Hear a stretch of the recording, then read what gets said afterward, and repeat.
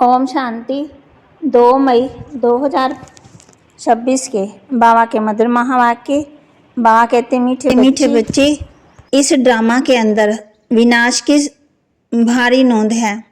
तुम्हें विनाश के पहले कर्मातीत बनना है। इस ड्रामा के अंदर विनाश की भारी नोंद है। तुम्हें विनाश के पहले कर्मातीत बनना है। बाबा कहते कर्मातीत बनना है इस ड्रामा के अंदर ही, क्योंकि विनाश तो होना ही है। प्रश्न, बाप के किन शब्दों की कशिश सम्मुख में बहुत होती है? बाप के किन शब्दों की कशिश सम्मुख में बहुत होती है? उत्तर, बाप जब कहते हैं तुम मेरे बच्चे हो, तो इन शब्दों की कशिश सम्मुख में बहुत होती है। सम्मुख सुनने से बहुत अच्छा लगता है। मधुबन सब बच्चों को आकर्षित करता है, क्योंकि यहाँ है ईश्वरीय परिवार। यहाँ ब्राह्मणों का संगठन है। ब्राह्मण आपस में ज्ञान के ही लेन देन करते हैं। गीत, हमारे तीर्थ न्यारे हैं। ओम शांति। बच्चे जानते हैं कि हम अविनाशी यात्रा अथवा रूहानी यात्रा पर जा रहे हैं, जिस यात्रा से हम लौटकर मृत्यु लोक में नहीं आएंगे। मनुष्य तो ये बात जानते ही नहीं कि ऐसी यात्रा भी कोई होती है, जहाँ भी कभी लौटकर आना ना पड़े। तुम लकी स्टार हो, अभी पता पड़ा है, ये पक्का याद रख करना है। हम आत्माएं पाठ बजाती हैं। उस नाटक में ऐसे नहीं कहेंगे कि मुझ आत्मा ने ये वस्त्र पहनकर पाठ बजाया है, अब घर जाते हैं। वो तो अपने को शरीर ही समझते हैं। यहाँ तुम बच्चों को ज्ञान है, हम आत्मा हैं, ये शरीर रूपी कपड़ा छोड़ फिर दूसरा जाकर लेंगे। ये 84 जन्मों के पुराने कपड़े हैं, ये छोड़कर नई दुनिया में फिर नए कपड़े लेंगे। ये लक्ष्मी नारायण ने नए कपड़े पहने हैं ना, तुम्हारी ही राजधानी के हैं। तुम भी जाए ऐसे नए कपड़े, नए दैवी कपड़े पहनेंगे। यहाँ तो कहते हैं मुझ निर्गुण हारे में कोई गुण नहीं। बाप ही फिर ऐसा गुणवान बनाते हैं। बाप कहते हैं मेरा भी पाठ है, आकर फिर तुमको वाइसलेस बनाता हूँ, निर्विकारी बनाता हूँ, पति से पावन बनाता हूँ। यहाँ ये है जीवन बंद धाम, रावण राज्य है। ये तुम्हारी बुद्धि में है कि हम पति से पावन फिर पावन से पति कैसे बनते हैं। तुम बच्चे जानते हो कलयुग है अंधियारा, रावण राज्य का अब अंत है, राम राज्य की अब आदि होनी है। अभी है संगम, कलयुग के संगम युगे बाप को ही आना पड़ता है। दुनिया वाले भी अब ये समझ रहे हैं कि अब विनाश का समय है और स्थापना अर्थ भगवान कहाँ गुप्त वेश में है। अब गुप्त वेश में तो तुम आत्मा भी हो। आत्मा अलग है, शरीर अलग है। ये मनुष्य चोला गुप्त वेश में है। बाप को भी इसमें आना है। तुम्हारे शरीर पर नाम पड़ते हैं, उनको तो शरीर है ही नहीं। तुम भी आत्मा हो, वह भी आत्मा है। आत्मा का आत्मा के साथ अब मोह हुआ है। गाते भी है ना, और संग तोड़ तुम संग जोड़ेंगे। जैसे आप मोह जीत हो, वैसे हम भी बनेंगे। बाबा बहुत मोह जीत है। कितने ढेर बच्चे हैं जो काम चिता पर बैठ जल गए हैं। परम पिता परमात्मा आते ही है पुरानी दुनिया का विनाश कराने। फिर मोह कैसे होगा? पतितों का जब विनाश हो तब तो शांति का राज्य हो। इस समय सुख तो कोई को भी नहीं है, सभी तमो प्रधान दुखी बन गए हैं। ये है ही पति दुनिया। शिव बाबा ही आकर स्वर्ग की स्थापना करते हैं, जिसका नाम शिवालय पड़ा है। शिव बाबा ने देवताओं की राजधानी स्थापन की, वह है चैतन्य शिवालय, और वह है शिवालय जिसमें शिव का चित्र है। और तो वह बाबा कहते जड़ हो गया। बाबा बच्चों को कह रहे हैं, बच्चे अपने को आत्मा समझ बाप को याद करो, जिससे भी कर्म विनाश होंगे। अभी तो तुम समझ गए हो कि लक्ष्मी नारायण बरोबर स्वर्ग के मालिक थे, पूज्य थे, फिर पूज्य बन रहे हैं। तुमको अभी ज्ञान है। तुम लक्ष्मी नारायण के मंदिर में जाकर उनको माथा नहीं टेकेंगे, उन जैसा बनेंगे। तुम तो उनकी राजधानी में चेतन में जाते हो। जानते हो हम देवता थे, अब नहीं है। जो पास्ट होकर गए हैं उनके चित्र बनते हैं।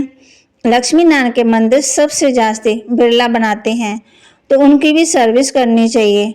तुम जो ये लक्ष्मी नारायण के मंदिर बनाते हो, हम आपको इन्हों के 84 जन्मों की कहानी सुनाते हैं।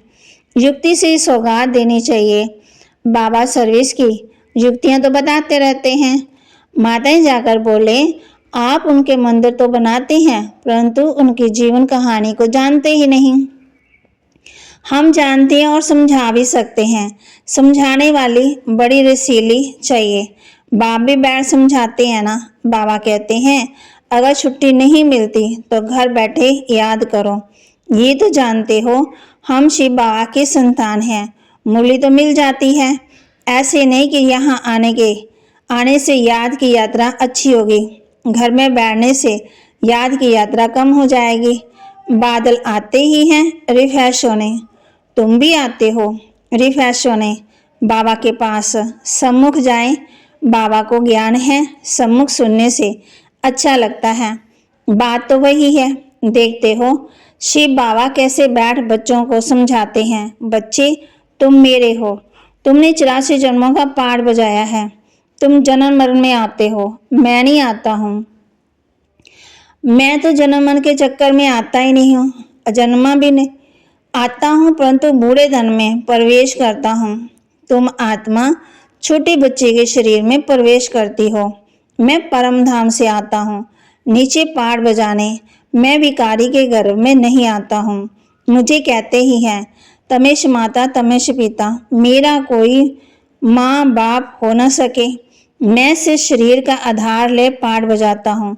तुम मुझे बुलाते हो दुख हरकर सुख देने के लिए। अब मैं सम्मुख आया हूँ, आत्मा से बात कर रहे हैं। यहाँ तो सब ब्राह्मण ही हैं। तुम बाहर जाते हो तो हंस और बुगले हो जाते हो।